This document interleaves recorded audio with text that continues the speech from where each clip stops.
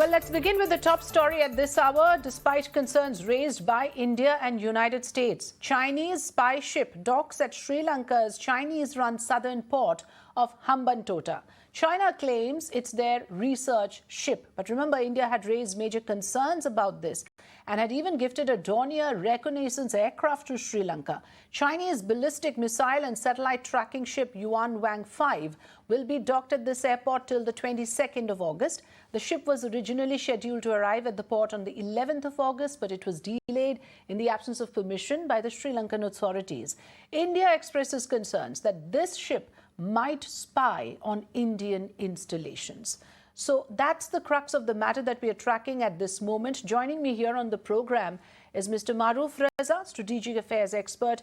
Good afternoon, Maroof. The big question that I want to address with you, as Sri Lankan news reports say, that this Hambantota port was actually developed with Chinese money, and the bankrupt nation has now handed over the port on a 99-year lease as part of a debt swap. So while the world might question this move, Maroof, do you see that for Sri Lanka, this is a desperate measure, a compulsion as it were, for a bankrupt nation to salvage itself? Do you consider this a financial compulsion and a weakness that China has harnessed in its favor?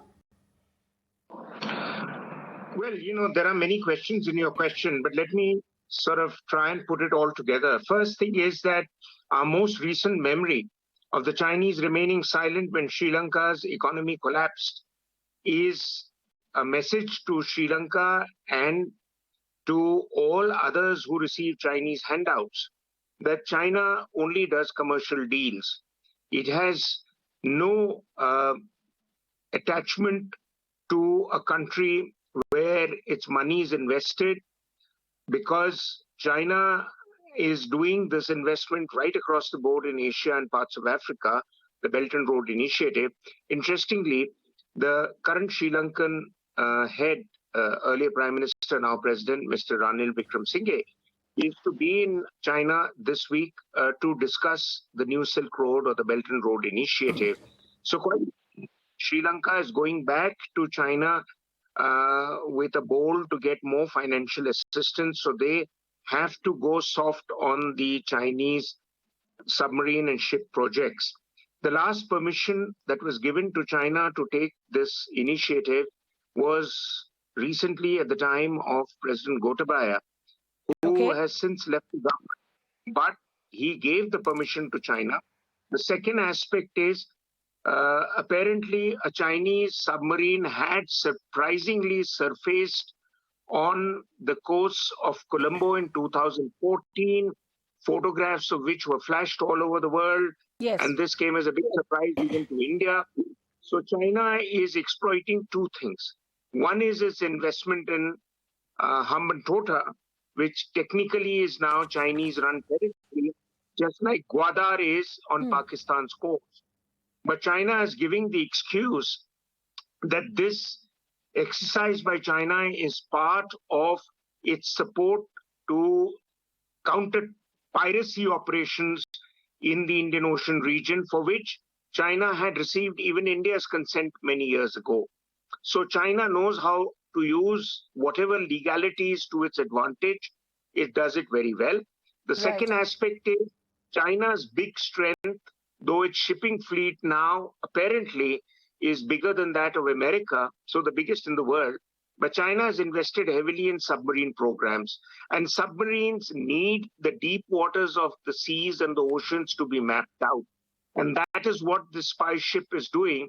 It's mapping out the waters so that the submarines can move swiftly without getting into any accidental hit with landmasses under the water. Also, the spy ship will obviously pick up photographic and other details of countries that are not working in China's interest, India being primary in this region. And that is the concern that India has raised. Sri Lanka right now is in a bind.